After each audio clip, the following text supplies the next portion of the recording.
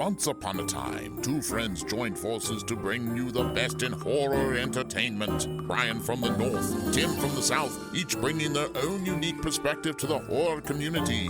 Movie reviews, Blu-ray releases, beer pairings, games, and more. Welcome to your new home for horror. This is Civil Gore.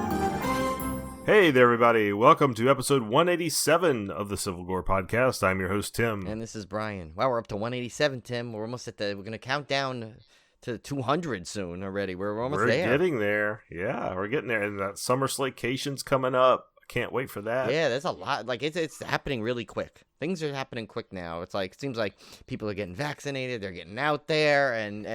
But yeah, Tim and I are slaving behind the mics anyway, still. Yeah. This year's going to fly by, man. I was talking to Anna earlier today, and I was like, I can't believe it's almost June. Like, half the year's almost over already. Yeah. It's crazy. It seems like it. You know what it is, I think? Because, like, I remember it seems like like when once the vaccine started to come out, people just started to have, like, this more enthusiasm, and I think things started picking up quicker because more people started to be able to do anything, and you had something to look forward to, and next thing you know, it's like just, people are just, like, things are moving, like, traffic's back. It's like things are coming back, and I think it's like, it's almost like, remember that scene in Big Fish where, like, it shows Ewan McGregor, and he's like, and he's sitting there, and he's watching things go really slow, and he's like, time stops, and then as soon as it picks up again, it goes, like, yeah. That's what I feel like. That's kind of what it is. That's what I feel like this happened. You know, it's like, I mean, yeah, to the fact that it literally is mid-May already, essentially. I'm like, what? Where did even May already was like came so it was fast and right through. It's gonna be crazy. Yeah. Well, we're gonna switch things up a little bit this episode, guys.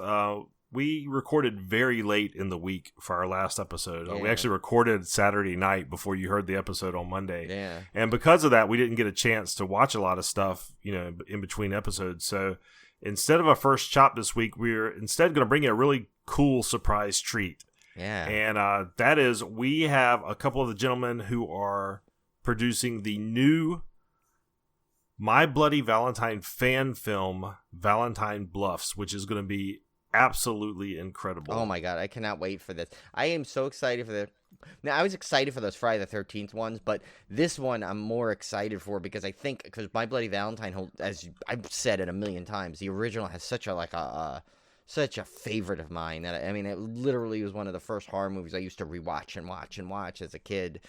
Through cable, so to get to talk to these guys is so awesome.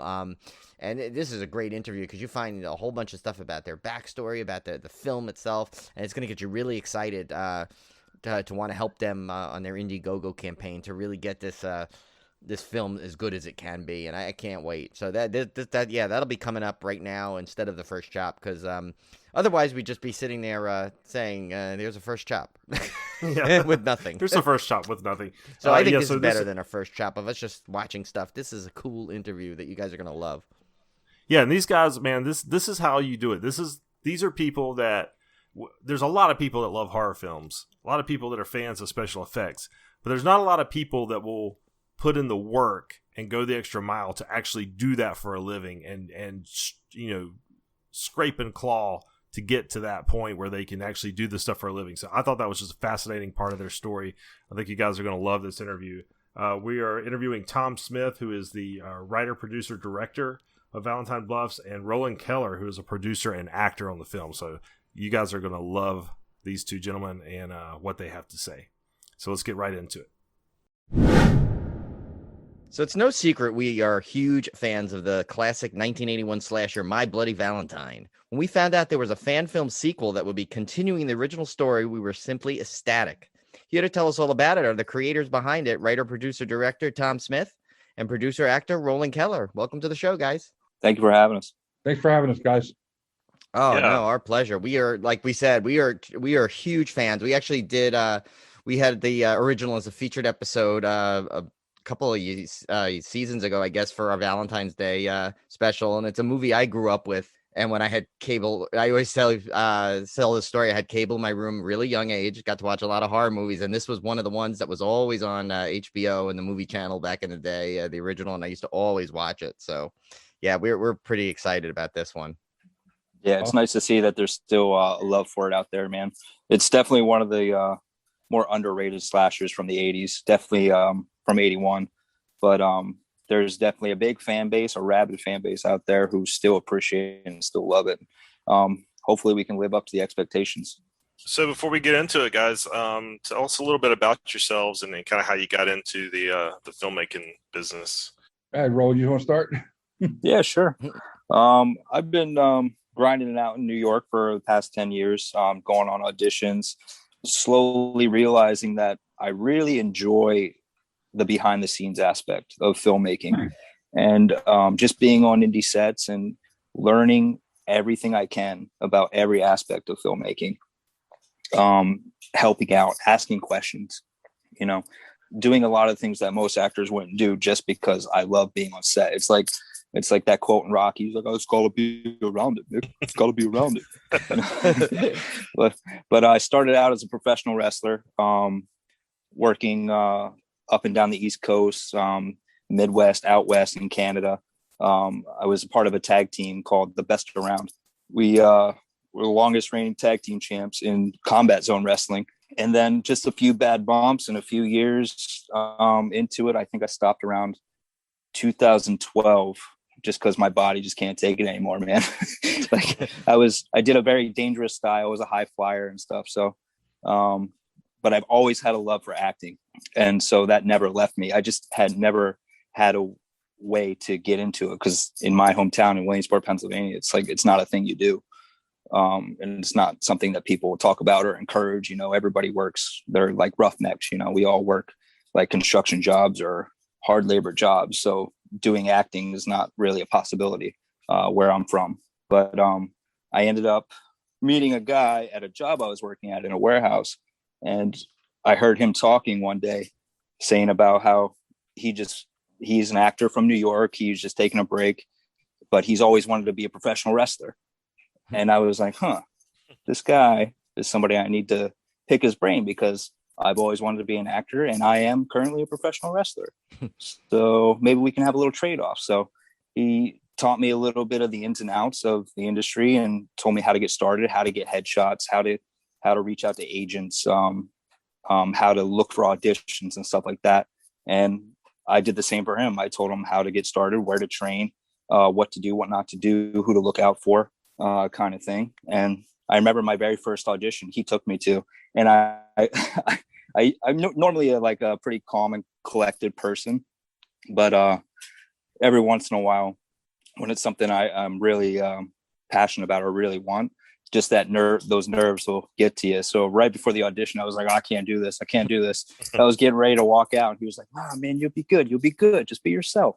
I went in there, I nailed the audition, and I've just been doing it ever since. But whenever I found the love for behind the scenes stuff, I hooked up with Tom. We did a film a few years back, and I've always been fascinated with like universal monsters and special effects, practical effects. And we were chatting while he was putting makeup on me, and he was like, I went to Tom Savini school and like this, and just picking his brain, like I said, just because I love every aspect of filmmaking and I want to learn every aspect of it. And he just showed me little by little over the years, and doing little films together back to back and just picking each other's brain and what we want to do, what we want to accomplish. We slowly realized that we have similar goals and we want to accomplish similar things. And in order to do that, in independent filmmaking is to create a network of individuals who are like-minded, who want to do the same thing and want to work hard to achieve those, to not make money off each other, but make money off other people, like to help each other get to that next level, to get jobs, to better each other, to where we can make a living off this and we can do this professionally. And, I was one of the first people that was on board when Tom was talking about it, because, a lot of people are a lot of talk, when it comes down to actually doing things. But Tom and I are very similar minded when it comes to our goals and our passions and where we want to be. And we've just been helping each other ever since, building a network of a good crew, a good cast, to where we can accomplish the things that we want to do and make movies like this. That's awesome. Nice. That's awesome. I noticed too, real quick, Tim and I were saying this a couple times. There's such a connection between wrestling and horror. I noticed like the fans are there's such a crossover. It really is amazing. I mean, you see it like even in the professional wrestling, they have a lot of horror characters. You know, and it's like the interesting. Fiend. Yeah, and they just didn't Tom Savini. He just did something for with Alexis Bliss's makeup or something. He did. Right? He also did the mask for the Fiend, I believe. Oh, okay, cool. Yeah, and, that's and he did. Savini does the mask for all the wrestlers. I think he did Triple H's Conan mask too, right? Yeah. The skull or something. Yeah. Either that or he'll pass it on to like student stuff. I know there's a kid. I think his name is like Jason Baker. I don't want to say his name wrong. I know it's something Baker, but I know he works a lot with Savini. And he was like a film student there, and I know he does a lot of the work too with him. That's cool. Yeah, but I don't know. Like I can't top the wrestling thing. That's awesome. No, you got a great story, Tom. Still, yeah, we got all the stories are good. We want to hear it. But it's funny. Before we get into that, speaking of the crossover between wrestling and horror films, Tom and I were joking around when we were doing the casting. When people were submitting auditions, it was a lot of professional wrestlers who were submitting, a lot of redheads, and a lot of tattoo models. And we were like, man, this movie is just going to be full of professional wrestlers, redheads, and tattoo models. I don't know how that happened. But anyway, I'm a little long-winded, so I'll let Tom talk because he's got a great background. No, I'm not as good as that one. But I started out when I was young. Like I'm just a fan of horror films when I was like 9-10 years old. And I ended up doing like a haunted house at my own house until it got too big, where it was like lines were like for like blocks long. And I started doing for a rec center for like a volunteer kind of deal to help raise money for a child who lost their parent. And we donated like 100% of the proceeds to them. And then that's when I started like, man, I can do this for a living, you know? And just like being just a fan of makeup, like just messing around, making things like mask out of paper mache. When I was younger, being taught by my uncle, he was he was really big into special effects. I would just like watch him do stuff, and he would do it on me most of the time. So I just like grew up in that kind of world, like that horror world. Like we just like watch horror films all the time and just do makeup. And we basically, I was getting tattooed one day, and the guy who was doing the tattoo artist was named Jason Goldberg. It was down like near his shop, and he's like a big name tattoo artist. But he was like, "Hey, I'm working on a horror film, and the guy's looking for a special effects artist, and you do makeup. You should connect with him." So I was like, "Yeah." So we connected. He connected us, and we ended up being on this film. It was the first one I was on, and it was like kind of that fake it till you make it kind of deal. Like he was like, "Oh, you know how to do this?" We're like, "Yeah, we know how to do that." And really never did. But we just did it, and it was fun. And I was hooked. I was like, "Wow, I want to do this for the rest of my life." So I just I worked. I was driving a bus for the city, and then I just worked so hard until I could save up enough money till I can go to school. But it took me like 4 years to save up enough money where I can leave Philadelphia and go to Pittsburgh and go to Savini school. And I went up there, did that. I stayed up there for 3 years. I worked in haunts. I did some theater, worked on some music videos for a rapper up there. And then I came back closer like to home because I knew like all the filmmakers in that area. So I just started like working on like all these independent films just to get my name out there. And it led into the love of like, doing all the special effects and doing all that. Just like I've been around so many filmmakers and producers and directors. And I always like had a thing for like telling stories and, writing stories down and scripts and learn how to like do scripts. And I just started doing my own. And I met up with this guy named Isaac at one time, and he kind of directed a film that I wrote, and then that was it. I was hooked on making films, so I kind of like used the special effects thing to get into making films. But I do all the special effects for my films, so it's cool. I don't have to pay anybody to do that. Nice. And especially the haunt aspect. Tim and I are a huge fan of haunts. Huge fans, yeah. Tim does his house up really good. He doesn't have his home haunt yet. I think that's his next step, though. I think he's gonna move into that. One day I'll get there. My wife actually made me stop because it got so big. Like it was really big. It was crazy. Where like people were ripping down like part of the walls like Oh trying my Wow. gosh. Happy wife, happy life. yeah. Yeah, we have a friend up in does one in Canada. Our friend Andy does this crazy one. He works for like 2 months straight, and it's like I think it's 2 nights he does it. Mhm. And he does the 2 same thing. He nights. donates all the proceeds, and he but it's intense. Like he's always buying a ton of like top flight gear for this thing. Like he's got all those kind of like video effects going on and everything. So it's cool. Cool. Yeah. So yeah, we would Oh, work like 6 months and do it for like one night. You know. Yeah, they're fun. I was an actor on a few of his haunts, and I always had a good time. Yeah. I want to do that. I just want to do what that's like when those like everyone has their bucket list item. I would love to work at a haunt for like even if it's just a night. Someone like Yeah. puts me in. I don't know what I'd be. I think I'd be like some kind of like talking thing though with a big mouth. 'Cause Tim will tell you that's the most frightening thing I do is when I don't stop talking. But yeah, my that'd favorite be fun. my favorite is when the teenagers come in and they try and act all tough, and then you're throwing your voice out screaming all night, and they're like, "Oh, I wasn't scared." I was like, Yeah. "I saw you jump."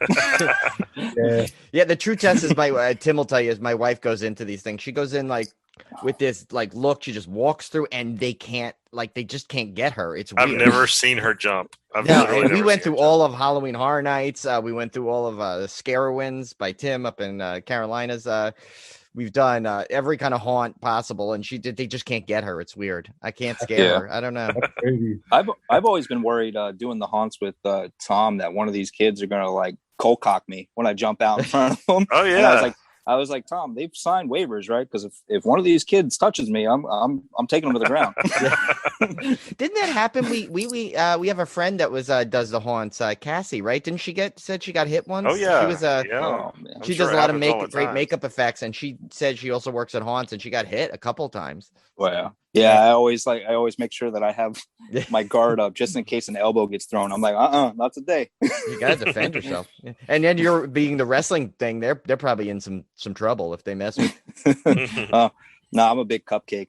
That's why I did professional wrestling. I didn't last too long in scholastic wrestling. I was just gonna go back to Tom's time at school. I liked the story he told me recently about how he was one of the only guys to ask for legitimate criticism for his work, his book of work.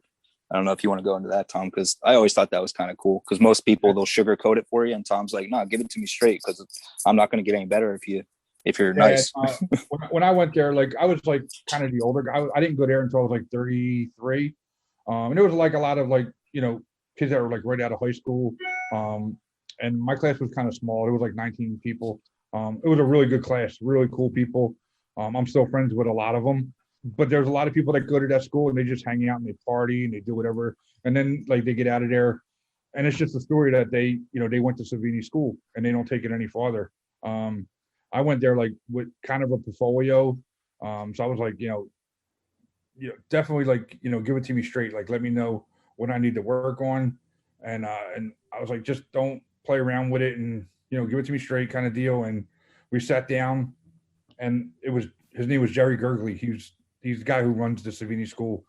He's an amazing sculptor, amazing makeup artist. And he was like Tom Savini's guy in the 80s, like working on all them films. He really never got credit for it, but he's the guy who runs it. He's, and he just sat down with me and like tore my portfolio up. It was just like, he's like, you wanted honesty, just like scrap this. And he's like, whenever you put a lot of blood on something, it's just covering a bad makeup. That's all I see. And like, I was always like, oh, blood, gore, and, it's all fun. But they don't, real professionals don't look at it like that. So it was like, this was blurry, get this out of here. So by the time I left there, I took in like 20 pictures. I had one picture with me. But he was like, don't throw them out. Like, just keep them. And at the end of it, when you're ready to graduate, bring your portfolio to me and bring this one with you too. And we'll see, like, you'll see why I'm telling you this. And it was like, by the time I was done graduating, I had a full portfolio. And It was like night and day. I learned how to sculpt. I learned how to do like prosthetics and all the special effects that I really, the right way to do it. So yeah, it was definitely, it was humbling because I was like, I went in there, I was like, I got a portfolio. I'm going to be shit. And then when I was like, he's like, tore it up. And I was like, man, that asshole just tore that stuff up. That's the only way you learn though, man. Yeah, That's why I love constructive criticism like that. he was super cool, and he's like my favorite, my favorite teacher up there. He was just an amazing guy. But yeah, he was just like, when we went back and we did a portfolio review, was after that, it was like, look how good your work is compared to like what it was before. So that was cool. But yeah, like after I did that, I started doing, that's when you start going professional. It's like, now you got to make a living off of it. You spend all this money to go to school, and you got to make a living now doing it. Yeah. So finding work right away was pretty hard. I was like volunteering, just trying to get my name out there. I did that for like 2 years until I started getting like, real paychecks, jobs, whatever. Like you don't really get a paycheck. It's just like, hey, I'll pay you to do this, that kind of deal. But yeah, I was on a face-off kick there for a while, and I was telling Tom, I was like, oh, you should check this out. He was like, yeah. I turned it down twice. I was like, what? Why? Oh my God. Yeah, I did the audition up there and made it through like the second round. And then I seen how they were like asking me things, and it was like reality TV. And I was like, oh, this is just not for me. They wanted to know more about my family and rather than the special effects. And I was just like, no, I'm not good. And then like 2 years later, I got an email from the producer. And he was like, hey, would you want to come back on? Would you want to, another shot of coming on? And I was like, nah, I can't. Yeah. So I was just like, because you go out there, you go out to California, they don't pay you much. And like I said, I'm doing my own business kind of deal. So I was kind of happy where I was, and the stuff that I was doing, Yeah, some people thrive in that reality environment, but I'd be the same way. I'd be like, oh, I'll probably make a fool of myself. Yeah, I seen like you'll see like, I mean, you watch it if you're a fan of Face Off, you'll see like people's like who comes off as like having a bad reputation or like an attitude, and they're the nicest people, So Oh yeah, the way they edit it. Yeah. Yeah. So like I didn't want to be put out there like that, and I was more worried about that than anything. So, didn't you say that one guy you went to school with had trouble finding work after that show, right? Yeah. Just because of the way he was portrayed, and he's actually a really nice person. He was portrayed as like being a troublemaker, and had a hard time getting work after that. Yeah, that's the scary part for me. I would be like, oh man. Well, that reality TV thing is, the way they anytime they say it's a reality, then they portray you a certain way. It's like, is that really the reality? No. So yeah. It's like, yeah, no, and all the artists on there are legit. They're all good artists. Obviously, they got on there, so they had to show them something. But it's just like, and even after Face Off started, I would get phone calls from like producers or directors, and they'd be like, hey, I need a creature suit and I need it in 3 days, and can you do it for this much money? And it's like offering like $500 for a full creature suit. They're like, well, I seen it on Face Off, they can do it. And I'm like, come on. I'm watching the reality TV stuff, and there's a lot of people behind the scenes that you're not seeing doing some work, but yeah, no, it's definitely it just wasn't for me, like for whoever did it, it's cool. And I know people that were on there, and so I have friends that were on that show, and they're doing really well. And like I said, I was just like, I have a family, and I couldn't like just pick up and go to California. It just wasn't for me. yeah, no, it seems like you went the way you wanted to go anyway, which is good. So that's the important thing. Yeah, and like I said, I mean, I used to like, I love doing the special effects, and I love doing the gore, and like if you've seen the last film I worked on, like you don't get more disturbing than that. It's like kind of like walk the line of torture porn with it. That's what it was called. But yeah, like I said, I kind of use that as a base to make films. I'd rather do the filmmaking than the special effects, as crazy as that sounds. I just enjoy it. Plus like I have back issues, and I was sick with COVID, and now you don't even it's hard for me to even do the stuff with the special effects, like mold making and stuff like that. So that's why I got to bring on Roland. Well, let's I want to talk about Valentine Bluffs, because as we said in the beginning, that we're really excited about that. So how did you what made you decide you wanted to create a sequel to this? Like, how did that come about? Like what was the aha moment where you said, you know what, let's do a sequel to this, and 40 years later, I want a sequel to this like iconic 80s slasher? So about a year and a half ago, I had the idea that I wanted to do either. I had two stories in my head. It was like a fan made Texas Chainsaw Massacre or a My Bloody Valentine, and they're like two of my favorite films. But I think like My Bloody Valentine's is like the top three. My favorite all-time favorite films. So I was like, and we live in a coal mine town, so I was like, that would probably be the easier one to do, and let's do it. So I had the idea. I went to Horror Hound like 4 years before that. And I just got a picture with a cosplayer dressed as a miner, and the cosplay was so detailed. Everything was really good on it. It was like I've seen a lot of cosplaying, but this guy was legit. It was good. And as an artist, I was like picking up all the details, and I just got a picture with him, and that was it. Like there's no talking or anything like that. I was like, "Yo, can I get a picture?" And he was like, "Yeah." And then got a picture, and that was it. And then like 4 years later, I remembered that costume from like 4 years later. And I was like, man, if I can track this guy down, I bet you we can make a kick-ass film. And I just like started searching him up on like Facebook, couldn't find him. And I like started reaching out to like convention friends, and I was like, hey, this guy, like showing him pictures. And one guy happened to say, yeah, his name's Chuck Ryan.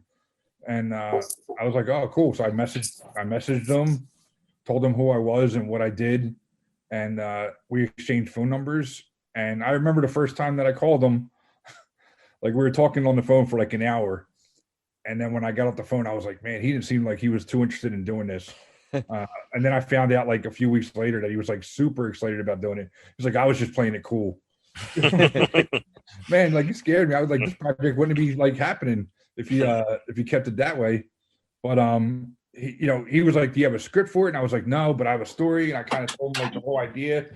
And he was like, write a script and send it to me and we'll see where it goes.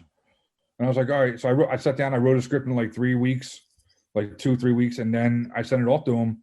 I was like, hey, here's just a rough draft of it, but let me know what you think. And like an hour later, he called me back and he was like, man, I'm in. He was like, the script is really good. And and we started working on it.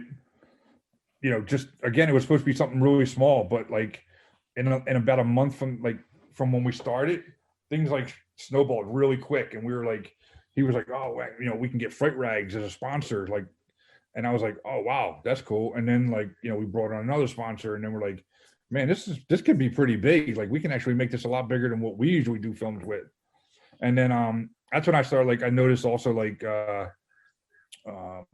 Never Hike Alone, and Never Hike, that film was like, that was like a big fan film at that time. And I was like, man, these, they did it legit. Like it shot really nice. And, so I was like, yeah, I want to do something like that.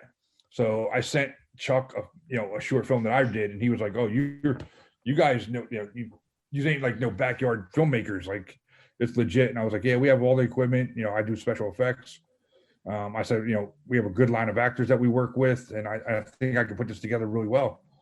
And so we did. We started working on it. And then I was working on another film with Roland and last summer, and I kept telling him like, yo, dude, I'm gonna do this My Bloody Valentine fan film. You want to do it?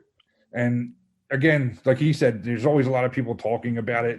So I'm sure like his guard was up, but he was always like, yeah, let's do it. And I knew he wanted to get like behind the camera instead of being in front of the camera. So I was like, yeah, I really wanted to like build a crew and a team who would help me do the work and not where I was like making it on my own. Because that's how like the last couple of films, like it was like you're doing all the work and it's so exhausting. Where you're trying to like produce it and write it and like work on the script every day and like trying to cast and schedule, and it's really and then you're working on the special effects. And I was like, man, I got to build a team to do this. This is much bigger than like stuff that we've been doing, and it's going to look good. Like I said, the story's there. The effects are going to be good. The cast is like coming along really well.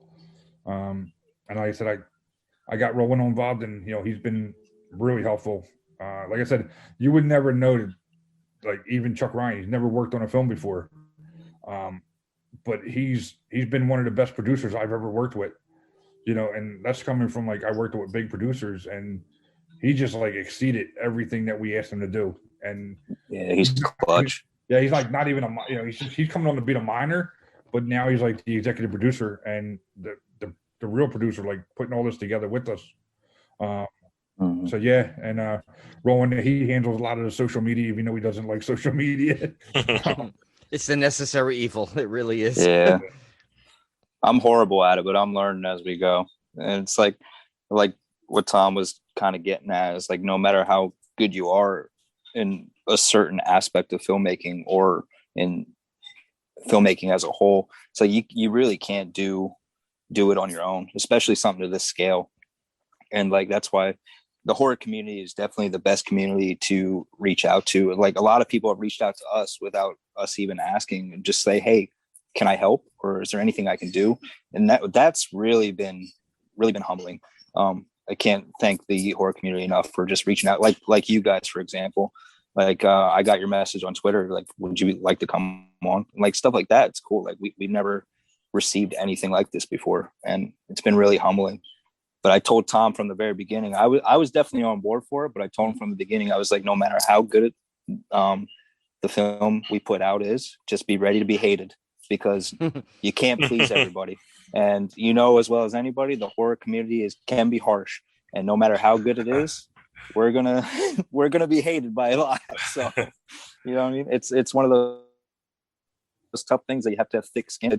You have to make something that you believe in, and at the end of the day, when we make the film that Tom wrote, and that Tom has in his head, it's gonna be something really special, and the majority is going to enjoy it and really appreciate it. But there's always going to be that 1% that is going to bash it no matter what, and you just got to expect that, you know.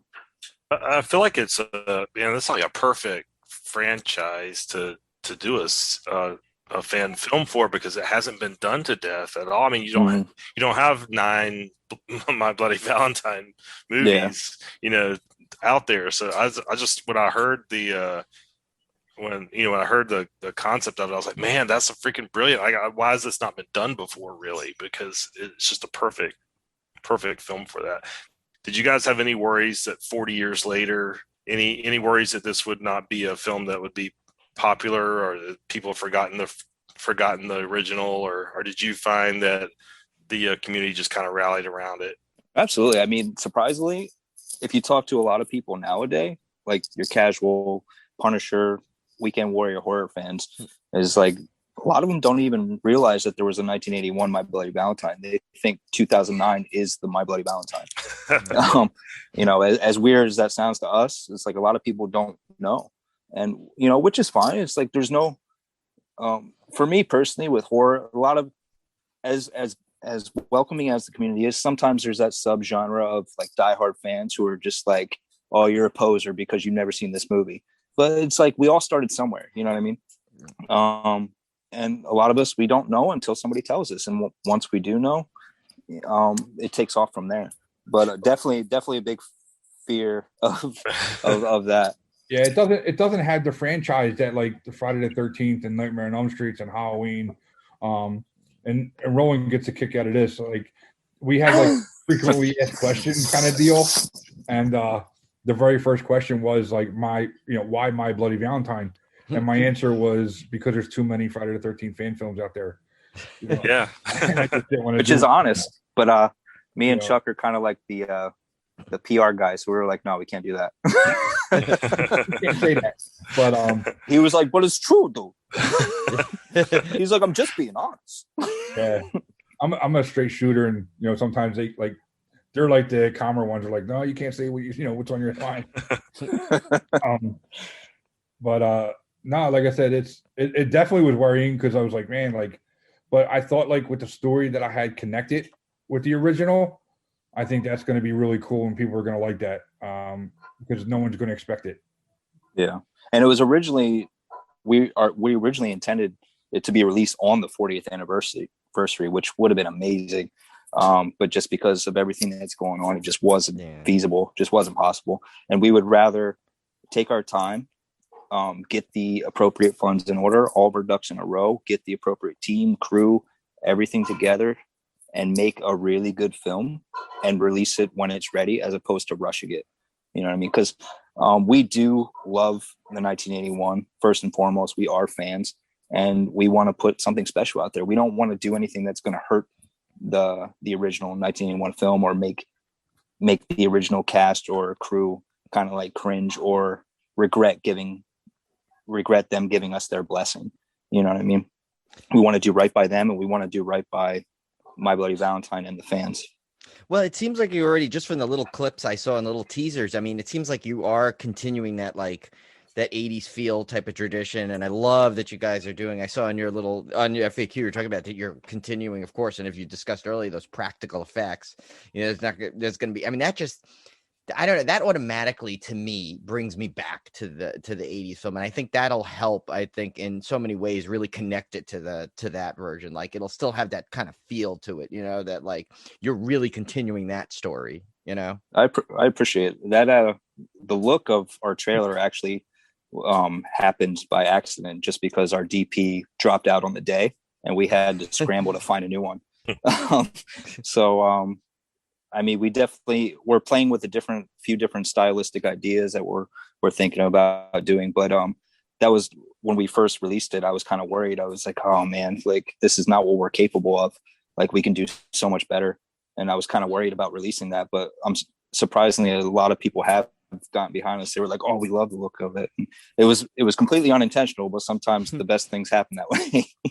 Yeah, definitely. And yeah, like I said, it was supposed to be like we had a schedule to be released last Valentine's Day. But I'm glad it didn't, because it would have been rushed. It would have been with a crew who I really didn't want to do it with.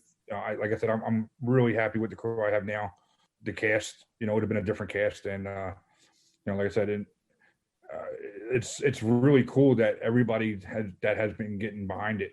Even like Roland said, like even the original cast, they've all been really supportive. They all read the script. They all loved it. So yeah, a couple of them even backed us. Yeah, that's awesome. Wow, that's awesome. Yeah, Peter Cowper got himself a producer credit through Indiegogo. Yeah, Oh, nice. Well, speaking of that, Tom, was that always your intention to have characters from the original return, or was that kind of something that changed on the fly? No, it was written for that, and that was my goal, was to try to reach out to them somehow and get them the script. And I was just fortunate. The first one who I got it out to was the girl who played Sylvia, Helene Uddy, and she read the script and she loved it, and she was like, "Oh my God, do you mind if I share it with everybody else?" And I was like, "Yeah, please." And then they all got back to me and they were just like, "Wow, this is really good." And yeah, so it was really cool to hear them say that. And I was like, "Wow, I can't believe we even got the script to them, let alone they're liking it." So yeah, that was pretty cool. Nice. So you mentioned it earlier too, but we love the fact that you got some like really key sponsors in there, like, Fright Rags, Nightmare Toys, like those on social media. They're, and of course, just in general, Fright Rags is huge. And, we follow Nightmare Toys. They have a really cool stuff on social media also. So what is what kind of, I don't know if you can tell us, are they planning some other cool things about that they're going to use that sponsorship for the film? Yeah, so Chuck Ryan was the one who really got them involved. He was friends with Ben, the president of Fright Rags. And they actually are the ones who did the design for the shirt. Oh, cool. So yeah, that is an official Fright Rags shirt. They are making the shirts for us, and there was talks about sweatshirts and like the hoodies and stuff like that. But for right now, it's just the shirts. And then Nightmare Toys, like I knew Christy from the convention. I met her once at a convention, and then Chuck was like, "Oh, I know them pretty well," so he was like, "I'll reach out to them too." And then they came on as a sponsor, and it was more about like helping each other. It wasn't like, hey, how much money can you give us or this and that. It was like, hey, we want you to be a part of this, and it's going to be really big. And would you want to hook up with it? And everybody was like, yeah. Where Fright Rags was the first one, because the picture that's on the shirts and everything out there that you see, with him like holding his hand out and the pickaxe behind him, that was actually taking a picture of him in his kitchen. And when he sent me, he sent me a bunch of pictures, and I was like, "Man, I like this pose the best." And he was like, "Well, let me see if I can send it to him and see what they can do." And then like in less than 2-3 weeks, they took out the kitchen, added the mine, and it was so cool. And I was like, "Oh my God, like that's it, like that's the way, that's the pose I want." So that became the shirt, the poster, the cover for everything, and that's what we were like working on. And then we brought on another like guy that Chuck brought on was Corey Kaufman, and he's the graphic designer behind like the Indiegogo campaign. So all the artwork you see is it's mostly him. So I think that's a big part It's of all it. him. Yeah. So Yeah. other than like the design on the shirt, like it really is all him. Yeah. Cool. Well, let's talk about the Indiegogo campaign, because I want to give you guys a chance to tell our listeners how they can support the film, because Brian and I have always been huge supporters of indie film, fan film. We have indie people on here all the time, so we're all into that, and we want to definitely give you guys a chance to tell our listeners how they can support this film. Okay, bro. Yeah, you can go onto Indiegogo and search Valentine Bluffs.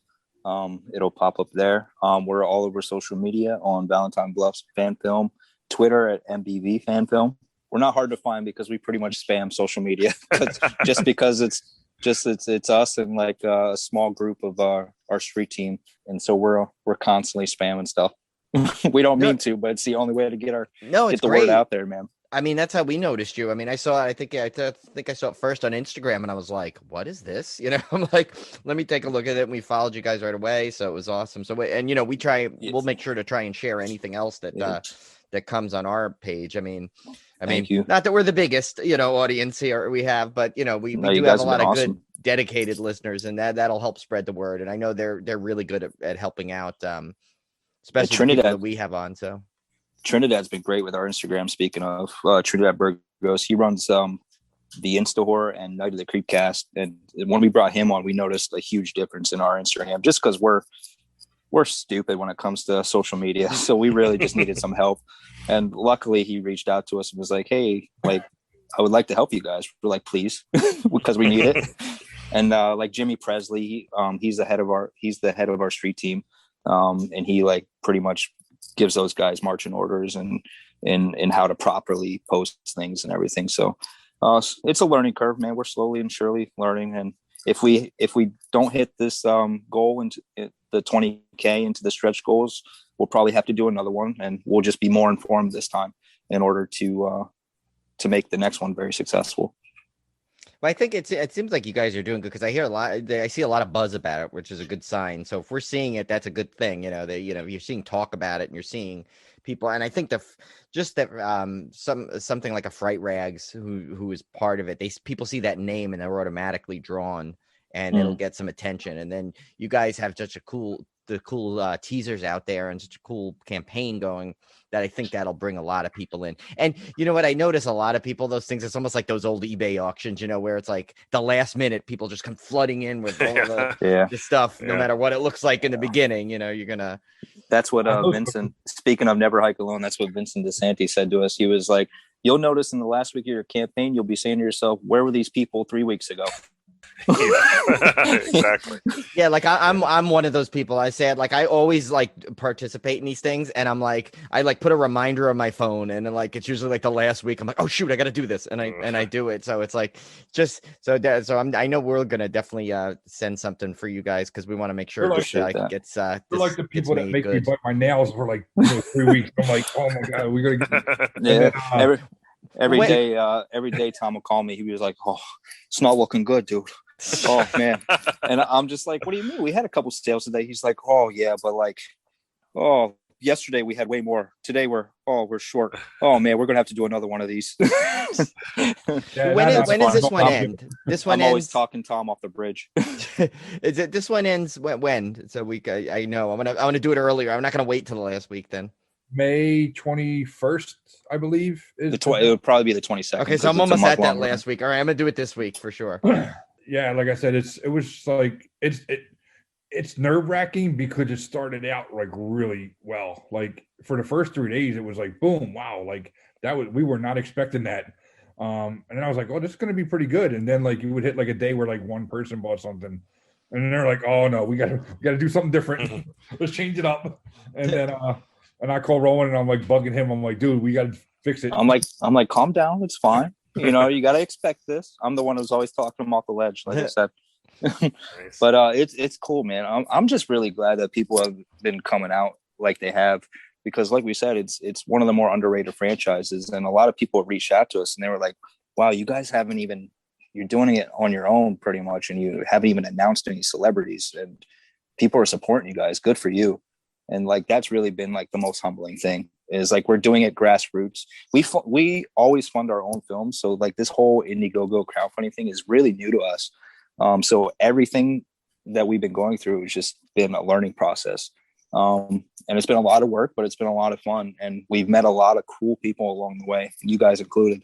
Oh, thank you. I We feel the appreciate same that, way yeah. with you guys. And actually, don't worry about the no celebrity thing. I mean, the original had no bodies. Nobody knew really of those people at the time. I mean, not diminishing their stardom. I'm just like, at the time, like, I didn't know any of that cast. I mean, I was young, but like, and you don't need, I don't think, necessarily star power if you got a good movie and a good script and a good plot, which seems like you got all of that already. And so I think I'm excited for this. I agree with you 100%, but you know how like the general consensus is like, who's in it? That's the first thing you look at. And, we're still waiting on some ink to dry on a few name announcements. We'll see how that goes. Like, it's not out of the question, but I remember Tom getting his blood boiling a little bit when we got a write up in Bloody Disgusting. And one of the comments was like, well, if Never Hike Alone can get people from the original, there's no reason why they can't. And Tom's just like, oh, I'm gonna write this guy. I'm like, don't do it. Don't do it. Don't get into internet fights. It never matters. It never I told you well. you got to expect this. Well, I mean, I think like, and then this is just me. I know I'm not I like to think I'm like kind of go with the consensus, but I everything I've seen is like positive for this, and I think you guys are gonna have. I mean, just the fact that you're taking such a cool franchise already that's not really, that's really only had a movie and a remake, but yet it's so beloved and so holds up to all these other big franchises. Yeah. And it's such an iconic look too. Yeah. Like, that miner costume is killer. I love it. I mean, it's literally, and think about it, it's literally a miner costume. You see it in 500 films of people dressed as miners, but they made it scary. And so in that, as far as I know, like, the Harry Warden / Axel, spoiler alert if you didn't see the 81 version. But like, he, as far as I know, he holds up as with all the other iconic slashers, I mean, because it was so creepy and so good. And that movie just still is one of my favorites that I watch every year without fail. I'll always watch it. And so I think you already have like the core thing. And I think the fact that you guys have such passion behind it, I think this is just going to be incredible. And I know we are huge fans, and we are looking so forward to this. So I think, and anything we could do, of course, to help push this along, we're on board for. So appreciate that. Yeah, thank you guys so much for coming on. I hope our little podcast helps you guys out in some way. And I can't wait. Yeah, thank you guys. Yeah, so even this episode will probably drop on that final week though. But see, now since we discussed it, we pressured everybody, so everyone that hears this is going to go right on and support your Indiegogo. Now we'll put out some stuff even before the episode airs. Yeah, we'll tease it and make sure and I'll start sharing any kind of post you guys make. I'll try and share and get out there. So yeah, and we'll do the same for you guys. Like I said, like, this community really does have to stick together, and like, the only way for independent artists to get their work out there is doing it grassroots, people sharing and people supporting each other. And like, you guys have been super cool and supportive with us. We're going to share the hell out of your stuff and get the word out there for you as well. Awesome. Appreciate it. Thank you. It's the only way that we can continue, See, that's why horror fans are the best. I say it all the time. Absolutely. Yeah. All right, Brian. One of the best things about the podcast to me is being able to meet super cool horror fans from all over the world, really. Yeah. And be able to, we set up these interviews, to help creators out and to, have content for the show, of course. But the side effect of it that our listeners don't see is we get to meet really cool people. We get to make new friends. And that's the biggest surprise, I think, that's come out of the podcast for me is kind of the social aspect of it that's kind of behind the mic. Yeah, and it's so interesting because you find out, like, you really get to the short time we have them on, you feel like you get to know so much about them, but then what probably the listeners don't necessarily get out of it that we get, of course, is the continuing, because we usually keep in touch with everybody that we've talked to, and it's developed into these friendships that that, I mean, I would trade for anything because it's so fun. Because it's deep down, most of these people are just horror fans at the same time. Yeah, they're making movies, Right. they're starring in movies, but they're also to the core these great horror and pop culture fans that we talk to still. And that's that was one of the things I did not, going into the podcast, I didn't expect, and I'm so glad we got that out of it every time. Yeah, super cool. All right, guys, so we're going to get into our main feature. As we teased last week, Yes, this is a film that scarred me for life. This is Kinder Trauma. This movie is Alligator from 1980. I have always had an uneasy relationship with alligators, let us say. It's not a phobia. I'm not terrified of them. I wouldn't, I don't avoid them at the zoo. I find them fascinating. But I might avoid them if they walk down the street, though, Yeah, but I've always had this very primal fear of them, kind of like this undercurrent of fear that I don't get with most other animals. And I believe it all traces back to this movie because I saw this movie first when I was probably 6 or 7 years old. I remember it came on TV all the time. We probably had HBO or something. It came on there all the time because I remember watching it multiple times. And, as I was thinking about it, Brian, I've always talked about Shining being the first horror movie I can remember seeing a clip of. Right. This could very well be the first horror movie I saw in its entirety. I can't think of another one off the top of my head. I sometimes I mention Friday the 13th as one, but I saw that when I was much older, when it was out on VHS. So for me the very first horror movie I actually saw, it's all the way through, very well could have been this one. I tell this story before. My dad once took me. We have a lake called Greenfield Lake. The lake has alligators in it. I had seen this movie. My dad takes me out on a canoe because you could rent canoes to go out on the lake. And there was this sign. I used to always be terrified of this sign. There's a sign posted on a tree in the middle of this lake because this is one of the. It's a lake where you got the cypress trees growing out of it. And there's a sign that says, "Danger, beware of alligators." Uh-oh. And that sign used to always terrify me. And of course, my dad, thinking it's funny, rows right over to where the sign is. And in my small mind, I'm thinking wherever the sign is, that's where the alligators are actually hanging out. But you have this image of the alligator standing below the surface with his arm raised like the Statue of Liberty, holding that sign, didn't you? Yeah, I mean, I had a vision like the alligators can read and they know they have to stay right there where the sign is. They wrote the sign. You see like an alligator with like a marker or stains on his claws, Or they're like the Chick-fil-A cows are like standing on each other's shoulders to paint the sign. Yeah. No, that'll be your fan film. You come up with a fan. Tim will make an alligator fan film one day, and it'll be. Oh that. my gosh!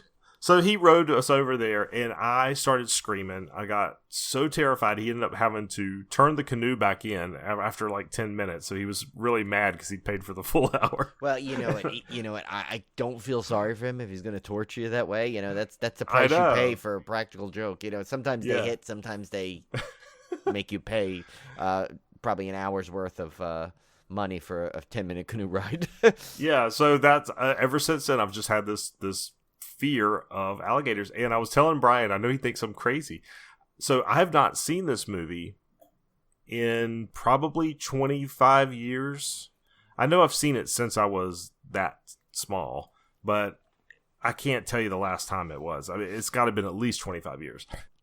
So when I'm watching this, these scenes are like just like are burned into my mind. And you know how sometimes like you remember a scene from a movie from when you were little, and then you go back and watch it as an adult and it's different. Yeah, you didn't remember it quite correctly. You're jaded you remember by then, yeah. Yeah, you remember the dialogue wrong, or it didn't play out exactly like you did. Every scene in this movie that I had burned into my brain, my little 5-year-old brain, when I watched it again, it came flooding back, and it was exactly like I remembered it. Oh my god, that's awesome! And it was like, so it was almost like it made me a little uneasy. Like when I was watching the movie, like my 46-year-old self is going, it's just a cheesy giant alligator movie, but then part of me is like, this is kind of scaring me. Yeah, but you know what though? Like, okay, so we'll get to this later in the trivia a little bit, but it is essentially Jaws, but with an alligator. Okay, if you it is totally Jaws. you see totally all that Jaws. thing, you're gonna compare. But here's the thing: So you're a kid now, young Tim, okay? You're little Tim watching this movie. Little okay? Timmy. Yeah, Timmy, little Timmy. Why you do this to me, Timmy? But okay, so you're watching this as little Timmy, okay?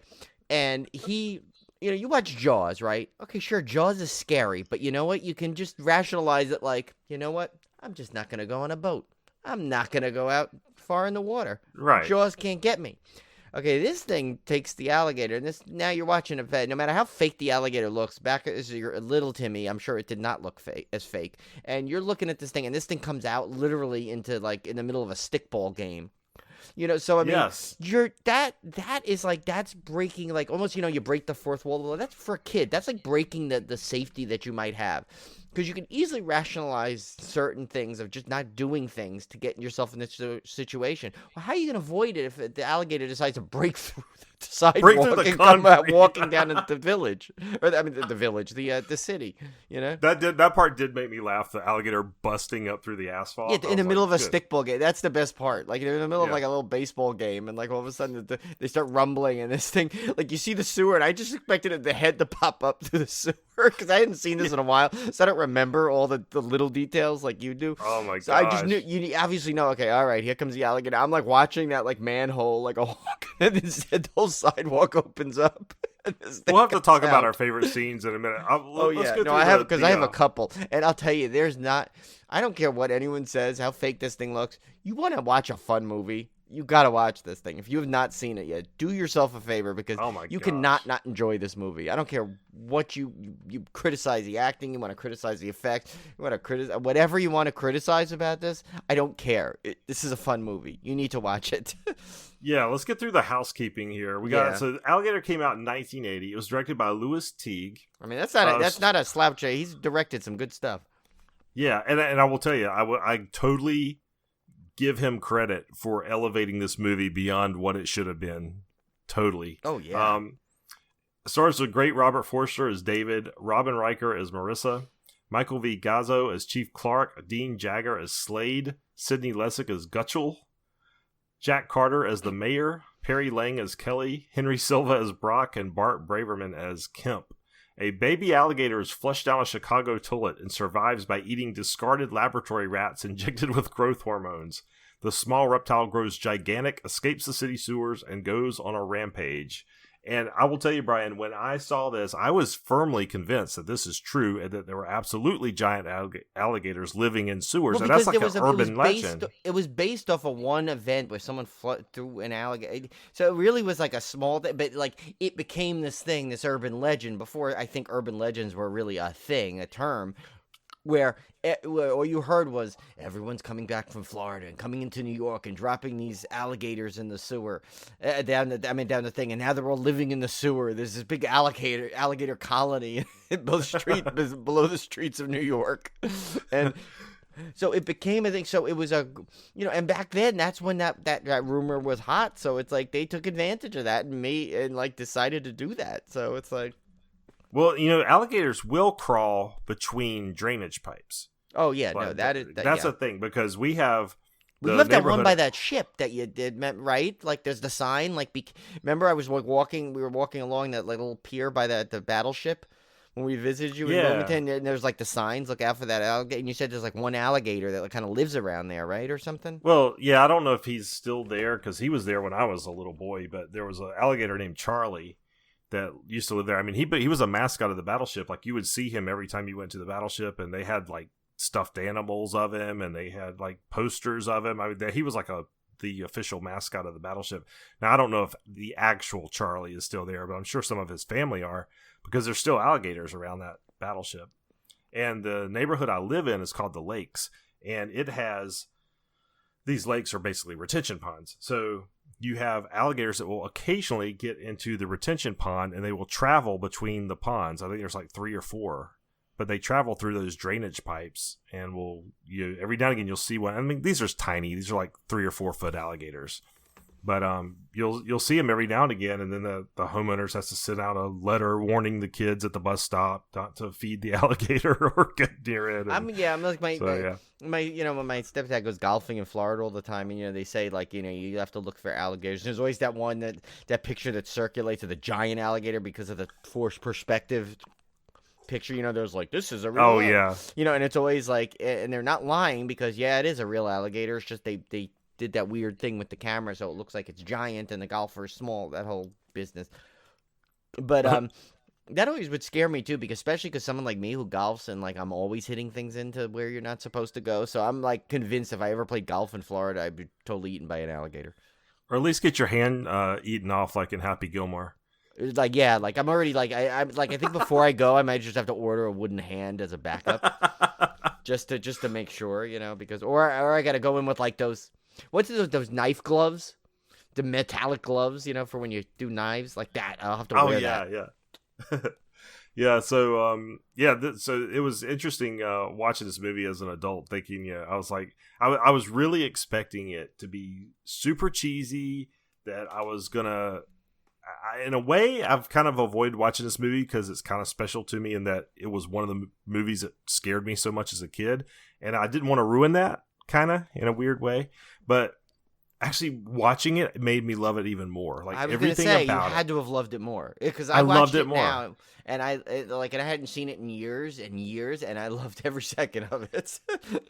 It's so weird because, like Brian was saying earlier, it is an exact Jaws clone. So David, Robert Forster's cop character, he's a cop. Oh my gosh, he's just like Brody in Jaws. He even kind of has the same, maybe not the same exact mannerisms, but he's kind of got the same, low key personality. You've got the big game hunter type dude, this kind of the Quint character, although he's not as huge a role as Quint was in Jaws. And he's not as like, he doesn't have as many fun lines as Quint. No. And then you've got the love interest, which takes the place of Richard Dreyfuss, who was definitely not a love interest in Jaws, but he was an expert. Richard Dreyfuss, he's like, hey, I didn't have a love interest in Jaws. But, it's been a while since we've seen old Richard Dreyfuss on the show. I know he's probably a little aggravated because all he hears, he sits there. He used to be like the star of the show, and he was replaced with Donald Sutherland's ass. Yes. But yeah, so Robin Riker plays she's the alligator expert. Yeah. She takes the Richard Dreyfuss role, so just did a gender swap there. But even the story beats, play out just like Jaws. Like, you got this slow buildup of, there's a victim here and a victim there, and now all of a sudden they feel something's coming on. So now they've got a terrible mayor. They got this bad mayor. They've got to hunt down the beast. They send beast hunters after it. That to no avail. You get a kid eaten. Come on. Yes. Then towards that was the a end, horrible scene, I gotta say. I know we'll get to something like that, but they literally, these two brothers, I guess, literally throw their little brother into the unsuspecting pool that there's. Oh my god, that scene scared. I was actually surprised that scene was as short as it was, because that was the scene that scared me the most in the whole movie. That traumatized me now. I'm like, oh my god, they literally threw their little friend or brother into the pool. But, I know they didn't see the alligator there, but literally they, just treated their younger brother like chum. Or, their friend as a chum, or their chum as a chum. Literally, they throw him in there, and next thing you see is, he's been devoured.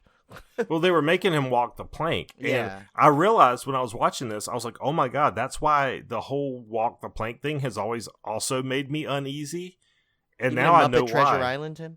Yeah, in any kind of pirate thing, the walk the plank thing freaks me out. I don't like the idea of it. And I think it's all traced back to this movie now that I think about it. This is like that moment when a psychologist discovers why you might be the way you are, and that, and Tim just did it himself. He self-diagnosed himself. He knows all his everything he deals with traces back to this movie somehow. This is therapy. Yeah. I will say you've overcome it, because in Sea of Thieves you were the first one off our boat and diving towards the island. So. And that's shark-infested water there. So I wasn't being enforced off the plank, though. I think that's the thing. You have to be forced off of it. Yeah, and plus maybe Cone playing the little jig as you jump off is Now, soothing. one scene I did not remember as well was... Well, let's go back. I want to go back to one of my other favorite scenes, and that is the scene where one of the victims gets eaten, and he's shooting pictures the whole time. Yeah. So it does it in a that's strobe light. Another Jaws thing. That's from Jaws 2. Yeah, That's it a was the second blatant one. ripoff of Jaws 2. But it was still cool in this movie. And Yeah. I loved that when they were looking at the pictures they see this giant alligator mouth coming at the guy. But so that was one of my favorite scenes. But one of the scenes I did not remember as well was the whole wedding party scene where this is like the See, that's the part I remembered. The one thing I remember the most was that sequence. That's interesting. I don't know why I didn't remember that as much, but or maybe I blocked it out, but that's like the big culmination of where the alligator just goes crazy, attacks his wedding party. I mean, he's like flipping people. I didn't understand this. Like, And the guys are like doing flashing, somersaults. sending people careening into like the wedding There's people doing decorations. somersaults over tables and stuff. Yeah. I was like, come on. Now, what's funny is the alligator seems to change size throughout this whole movie. It does. Like, so It's big in as the a wedding car party one moment. Yeah, the wedding party, this thing is so big it can actually destroy a car. Yeah. Like it with its tail and its mouth, it's like ripping this car open. And then you see it in other shots and it looks like, okay, maybe it's just a large normal alligator. Yeah. And there is a reason for that because they did actually use a real alligator in some sequences, and they put miniature stuff around it to make it look bigger. And that's when you can really tell it's just a regular alligator. Yeah. And then when they do these big scenes, they have like this giant puppet that's way out of scale. But actually, Anna and Joshua watched a little bit of it with me, and I was kind of telling them how scared I was of it when I was little, and of course they were laughing because they thought it looked so fake. But yeah, that scene out for some reason I didn't remember, and also the thing that went over my head the whole time, which I was laughing about, is the whole hairline joke that runs through the entire movie. Yeah. Robert Forster, every character's making a crack about this guy's hair. I know he gets so annoyed. You know what I would love? But speaking of going back to the wedding scene real quick, you know what I'd love for someone to do? Someone who has like good editing skills. I'd love to interchange that with that famous Brady Bunch wedding scene. You know, where like with Tiger chases the cat and everything flies. I want them to like intersperse that and watch the Bradys go running away from this alligator. Oh, Somebody's got to do that. Yeah, this movie, man, it's just so much fun. I don't quite know how to put my finger on it, but I think it's because when you have a good director, we always say a great director can elevate anything. Oh yeah, and that's how it is in this movie. This movie, there's never a dull moment. It's so snappily paced. The storyline is interesting. Like the whole intro is interesting, where the little girl buys the alligator, which again is a crazy thing. Like the idea that you just buy a baby alligator. Yeah. I know, like, did they? I mean, did they actually ever sell that, or? I'm sure they did at one time back in the day when they used to sell turtles. They're now outlawed, I think, in North Carolina. You can't buy turtles anymore. But Olivia bought when we were dating. She went down to Myrtle Beach, and we were in this beach shop, and she bought a turtle, and a little baby turtle. Mm. And she brought it back, and then we found out they were illegal in North Carolina. Uh-oh. So we had to drive the turtle back to Myrtle Beach and return it. But yeah, I'm sure you could buy reptiles back then at some point from these roadside stands. I guess they cared. But that struck me as funny. But that whole intro scene was like, it's so entertaining, like the whole thing. And I used to also think when I was younger, I remember being horrified by the dad flushing the alligator down the toilet, because even though I'm scared of the alligators, I don't like animal cruelty at all. And that one was so little. He was so little, that alligator. Yeah, at that point. and like So cute. the whole idea of something getting flushed down the toilet was also scary to me. So I'm unveiling a lot of I know hidden fears here, people are Brian. gonna really learn a lot about you in this one episode, Tim. So yeah, I really like that part of it too. But it's just a super entertaining movie. Like the effects aren't great. But I don't think the alligator looks that bad. I mean, I think it definitely could have been worse. No, I think like in certain scenes when like it's like just like kind of like chomping on people and like moving like back and forth, like it looks very animatronic, like something you'd see in a Haunt, sequence. Yeah.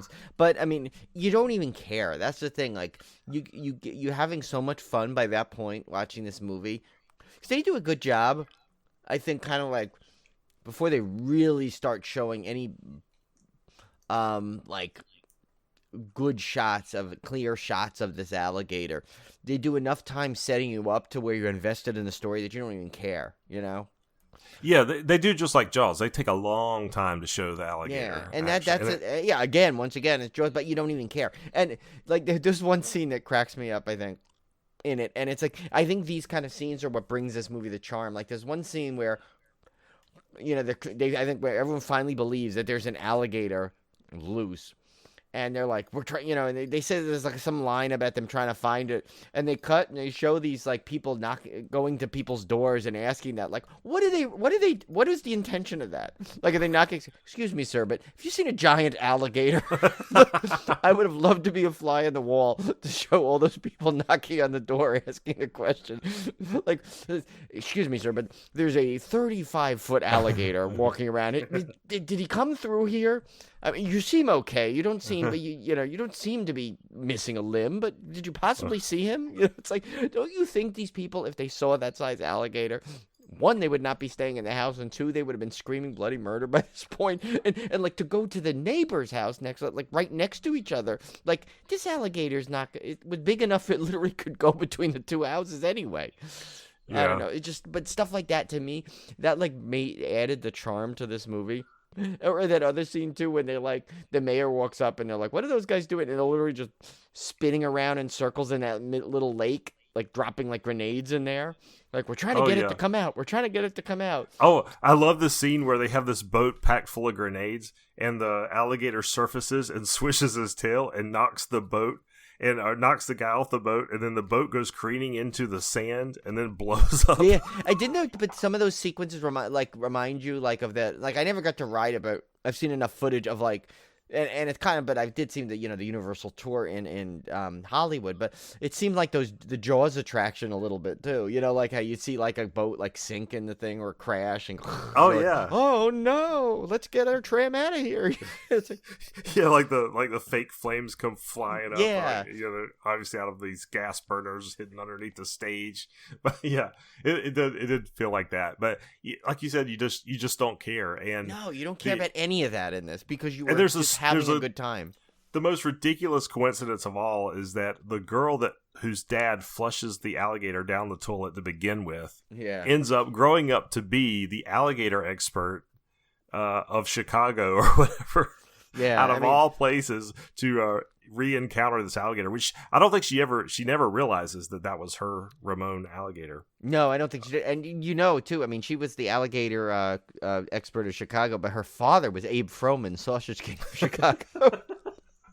But no, sorry, but yeah, first Bueller joke there. Yeah, if you guys didn't get that, then you've not been listening to Tim and I in this podcast. But yeah, no, that's the thing about this movie. I gotta say, like, this is a movie now. It's like I was trying to look it up. Sadly, the Blu-rays are out of print, but I see this. This is screaming, no pun intended or pun intended, for a Scream Factory or Arrow edition of this. I want this great like set of this thing with every special feature you can throw at me. Oh my god. I would even take a bare bones disc at this point. I just want to own this movie just for the psychological aspects alone, to just be able to point to that shelf and go, if there's anything wrong with me, just take a look at that there. Well, shoot, I have a feeling this may be our way. Remember we were saying we want to get on a special feature, Tim? If anyone is listening to this that has anything to do with these things, they're going to say, we got to get that guy Tim from Civil War. He seems to have a lot of issues with this movie. Yeah, we'd love to have him as a special feature. Imagine we're doing a dismemberment. It's like it'd be like a special feature, like Alligator Fears by Tim. It's like it'll be great. Yeah, I don't know. I love this movie. I had such a good time watching it again. All the scenes just came flooding back to me. It's kind of interesting though when you watch the movie as a kid. I noticed like I didn't remember any of the like the Robert Forster hairline stuff. I didn't remember any of the love interest stuff because as a kid, that doesn't matter to you. It just gets completely wiped. It gets completely forgotten. Yeah. But the scenes that really stuck out at me, man, they just all came flooding back. And it's kind of funny, like I said, looking at some of those scenes that I thought were so long and epic, like the kids at the pool, it ends up being like maybe like 20 seconds of actual film time. Yeah, so it's kind of interesting, but man, I absolutely love this movie. Let's get to some of the trivia here. Yeah, there's one in here I gotta read. I'll tell you. Oh, you go first and pick out one of your favorites because this one is my favorite, just because I was going to mention this anyway. So, remember how whenever we talk about this, I always do the line from E.T. Well, listen to this trivia. It says, screenwriter John Sayles also wrote Roger Corman's Battle Beyond the Stars, another 1980 classic movie. If you haven't seen that, that's a good one. Released the same year as this film. During this period, Sayles wrote the first draft of a script for Steven Spielberg known as Night Skies, which was never made but helped inspire E.T. the Extraterrestrial in 1982, which includes a mention about Drew Barrymore's famous line, alligators in the sewers. So I'm like, I was totally going to bring that up. And when I saw the trivia, I'm like, oh my God, that is amazing that it's actually linked to this movie. Yeah, that's cool. I never knew that. I didn't either. I mean, I knew Night Skies was a thing. Like, I remember them always saying it was based off a story of Night Skies, but I had no idea it was connected to John Sayles and had a connection to this movie other than obviously the line, but I didn't know it was a direct connection. I'm going to combine a couple of them here because there's actually two missed opportunities here. The film was originally supposed to be scored by James Horner. Oh, yeah. And due to a strike, he could not record it, so he was replaced by another composer. And then another near miss, Joe Dante was offered the job of director, but turned it down. So that's kind of neat. Some big names there could have been attached to this movie at one time.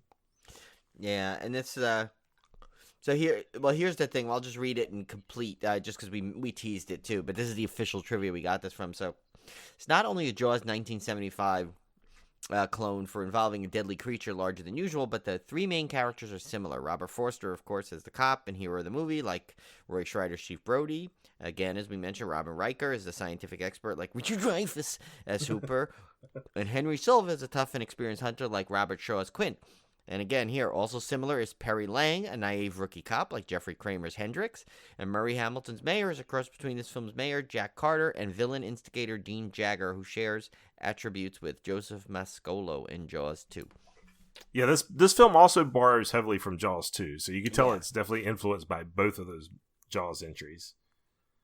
It included the close-up butt shot of Robert Forster. Remember when he goes and pinches it? Just like they showed unusual Roy Scheider butt shots. I think they must have been trying to pull like a "Don't Look Now" kind of thing. They're like, well, listen, if Donald Sutherland's ass can do such wonders for the world, maybe we should just try that, see how it works. But yeah, wow, nope. Remember that though in Jaws 2? How many times they show that when he's like climbing up the thing? It's like the camera's right on his butt. I'm like, what is? Yeah, I don't know. It was weird. I need to watch Jaws 2 again. It's been a while. I have to say, like, with all the things we do, we've never even teased that.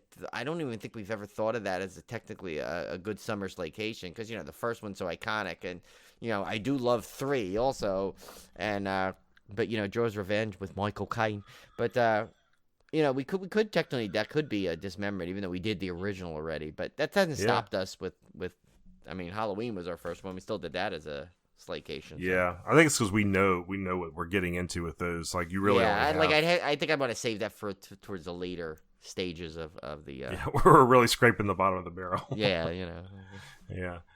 All right, so Brian, what did you come up with our beer pairing for Alligator? I can't wait for this one. So there was an Alligator, a sewer gator beer, but it was like one of those one-off kind of things from some brewery. So I didn't want to do this, but this was the one I had in mind all along. And I always kind of had this in the back of my mind if we ever did a movie like this, and that's called Alligator. It's by Abita Brewing from Covington, Louisiana. It's 8%, and here's the description of that. So, Abita Alligator, a creature of the swamp, is a unique high-gravity brew made with Pilsner malt, German lager yeast, and a German pearl hops. Unlike other high-gravity brews, Alligator is fermented to a dry finish with a slightly sweet flavor and subtle fruit aroma, reaching an alcohol strength of 8% by volume. That's pretty strong for non-IPA here. It is a Hell's Doppelbock. You might find it goes well with fried foods. So there you go, Tim. It pairs well with just about anything made with crawfish. Some like the robust sandwich. That sounds good for me. Alligator is also a good aperitif and easily pairs with gorgonzola and creamy blue cheeses. Wow, this is really getting detailed. This goes into every food you could want. Now I'm starving. Because of the high alcohol content, though, Tim, be cautious. Sip it for the most enjoyment. Okay. All right. Well, that sounds. I like that. We don't usually get that many food pairings with our. No, beer I know pairing, this was pretty extensive. I guess that must have been what they were serving at the wedding. Yeah. But but Beat is a good brewery though. I like Purple Haze from there all the time. They're good. Yeah. You know, Mm-hmm. they have some good stuff. And what's the other one? Giacomo, I think they make. It's another good one. Yeah, I've had a couple of their stuff, and I like it. Yeah. I haven't had a bad Abita beer actually. Yeah. All right. Well, let's get to our triple threat from last week. We were looking for an actor or actress, and the show hasn't been out long enough for us to get Someone any got entries it. on this. Actually, really? Yes. Our good friend Oh. David Terry got it as we were recording. I saw his email. He got this awesome. one, Okay. so he I got haven't it checked right. our email today. Yeah. Cool. All right. So, we're looking for an actor or actress, and the answer was Bill Murray. Yes. So, clue number 1, while I haven't really done a true horror film, I have battled ghosts and zombies. Bill, of course, battled ghosts in the classic Ghostbusters franchise and zombies in the Zombieland films and in The Dead Don't Die. Clue number 2, while I was never officially part of the Star Wars universe, I did sing about it. And, of course, Brian, I'm going to let you take this one. You got to take this one. Yeah, so this refers to, of course, Bill's Saturday Night Live character, Nick the Lounge Singer, who famously sung the theme to Star Wars. So if you don't remember that, I'm gonna try. I'm not a good singer, but I'm gonna do it like he did. I don't know if you remember this, Tim, but he used to come on there. Definitely, I remember this. Yeah, so he went. He went. Star Wars, give me those Star Wars, nothing but Star Wars, don't let them end. Ah, Star Wars, if they should bar wars, please let these Star Wars stay. So there's my horrible singing, but since I did it as Bill Murray singing it, he was the horrible singer. But, That's right. And that's also going to scare you guys from our Civil War, the musical. Yeah, the musical, which is still soon. coming. And now that we know our good friend Jeff Whitmire can compose stuff, this thing is coming closer to reality than you've ever possibly could imagine. But Be afraid. Yeah. So that it's funny. Two of my favorite musical things on Saturday Night Live have been the Star Wars one and the Carrie Fisher episode with the Obi-Wan Kenobi song. Did you ever see that? I don't think I saw that one. Oh no. my God, look that up if you can find that. It was they made like it was like Princess Leia, but she was kind of like in a beach blanket bingo kind of movie, and they had this song that Carrie Fisher sung, and it's hilarious. You got to see it. Oh, I'll have to look that up. Yeah. This last clue here, this was actually my favorite clue out of these. While Saturdays might have once been my favorite day of the week, many years later, Mondays were definitely not. This refers to Bill Murray starring on Saturday Night Live and then later providing the voice of Garfield the cat, who famously hated Mondays. Yeah, I thought that was clever. That was a good clue there. All right, so our triple threat trivia this week, we are looking for another actor or actress, so listen closely. Here are your clues. Clue number 1, I have starred in some of the most popular 80s films of all time. Clue number 2, in one of my most famous roles, I was going to go from hero to villain in the next sequel. However, plans changed when I took a role in another film. And clue number 3, I once played a turtle and once played a frog. I think these are good clues. I think this These is gettable. are cool. Yeah, this was definitely gettable, but they're clever clues. I liked it. Yeah, I had to really think on these to get the clue, because you know what it is I'm trying to get our listeners are being so good at getting these, so I'm trying to do is get people that are well known, but I'm trying to inch away from too many obvious horror clues. So it's a nice balance I'm trying to get here. So yeah, I think these have been great. All right, so our fan topic food listener question of the week. This is a weird one, guys. This has got to be the most unusual one. This is very offbeat. But think about it. David McHugh, he's the horror mailman, so he does kind of probably encounter this a lot. Yes, you're right. So this question, I was originally going to go, I was like, I don't know if I want to do this one because I don't have a dog, and this is a dog-related question. But then Brian said something that made me think, and he said, you can still answer this in a theoretical manner. And then I started thinking of all these answers I could give. So I think I have to. I have to answer it. The question is: when walking your dog, Brian, Yes. Is it okay to put your dog poop in someone else's trash can on the curb? So should I go first since I actually own a dog? I think so. Yeah. Okay, so I'll start with the actual core question here. So as long as I think if if it's on the curb, that usually means it's the day of the pickup, right? Unless you're lazy and you leave your garbage out at the curb all the time, which most people do not do. But if it's out on the curb, usually means it's going to be picked up. So as long as you bag your dog's I guess your dog poop there, you bag it and you tie it tight. I think it's fine to put it in the garbage, because the alternative is if, you happen to be 3 blocks away from your house and you don't pick it up, well, then someone's going to step in it. And someone from me who has literally stepped in dog poop everywhere humanly possible, including on a cruise ship, which is like got to be unheard of. But Julie tries to convince me that it's probably like a baby's poop or something that fell out of a kid's diaper. But either way, that's even worse. Yeah, either way, yeah. It's like, so basically, I just step in poop generally in places that. So I would say it's okay as long as you use the proper receptacle and use those nice biodegradable bags that can go into the garbage. You don't really smell it once it's wrapped up and tied tight. And if it's about to be going there, I say it's more your responsibility to get it into any kind of receptacle at this point. I mean, because it's not like you're like smearing it on the sides there, and you're not leaving it on the sidewalk for them to step on. And sometimes it is difficult to carry that little bag around. Now, my apartment complex, I have to say, it's a very dog-friendly complex. They actually have stationed all over our apartment complex, which is now right now it's 7 main buildings, of apartments. They put these stands there that not only, and 2 in the dog park, not only do they have a garbage receptacle purposely for dog poop, but they have the little bags for you. So there is no excuse to not only be able to to go get your dog goes out, you walk your dog, you can easily pick it up because these stands are all over. There's about like 10 of them easily on my apartment complex. So I always every time I use one, I grab 2. So I'm always going out there with them because I never know where Obi's gonna decide to go. So, but yet you would think like I'd have the perfect dog poop-free complex, right? But there's a lot of people I see that do not pick up their dog poop around here, and I've already stepped in twice. I've had to throw away 2 pairs of sneakers. Thank God they were old. So now I started resorting to really old.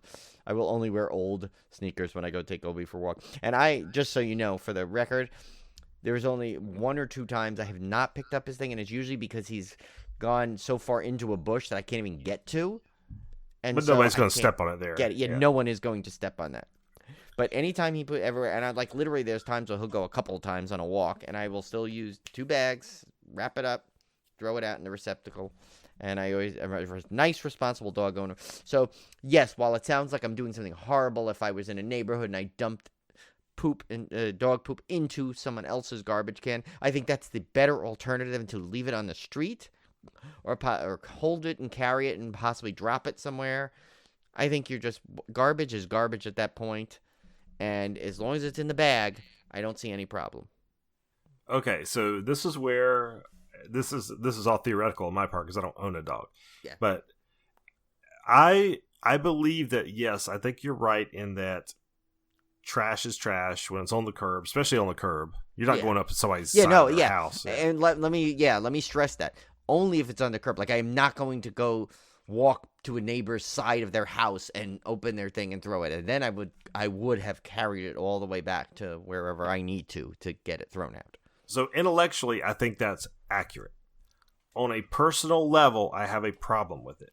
Uh-oh. And it's not because it's not related to dog poop or anything. It's related to, like, even when I'm running with a water bottle, I have a hard time like tossing the water bottle in a trash can or a recycle bin that doesn't belong to me.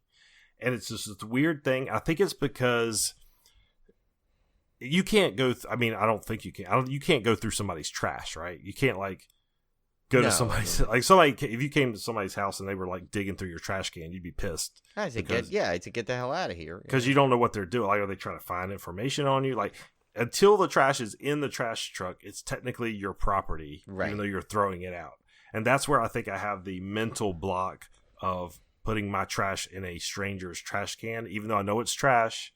Right. It's not a public trash can. It's not technically mine. So then I feel weird about it. And I've, like I said, I've done this with, like, when I'm jogging and I got a piece of trash I found on the ground. I pick it up and even then I have a hard time like not carrying it with me all the way home to put it in my own trash can. I know it sounds silly, but some people are weird about that. Like, some people are super weird about that. Yeah, no, and I'm not gonna say I feel good about doing that. Like, because if it was my option, if I had my option, the easiest option would be that yes, I would bring it back to like to my thing. But someone let's put it this way, someone who has stepped in poop more than like you would ever think possible. Like the ratio is just like astounding how many times I've stepped in poop versus not stepping in poop. I don't know. I guess that's why I was like, I'd rather have it in someone's garbage. I don't even care if someone put it in mine as long as I'm not stepping in it.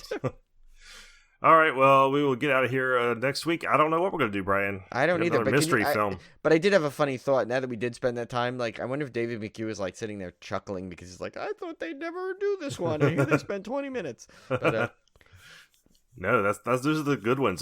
Sometimes the least expected generate the most conversation. Yeah, this turned out to be just one hell of a fun episode, I have to say.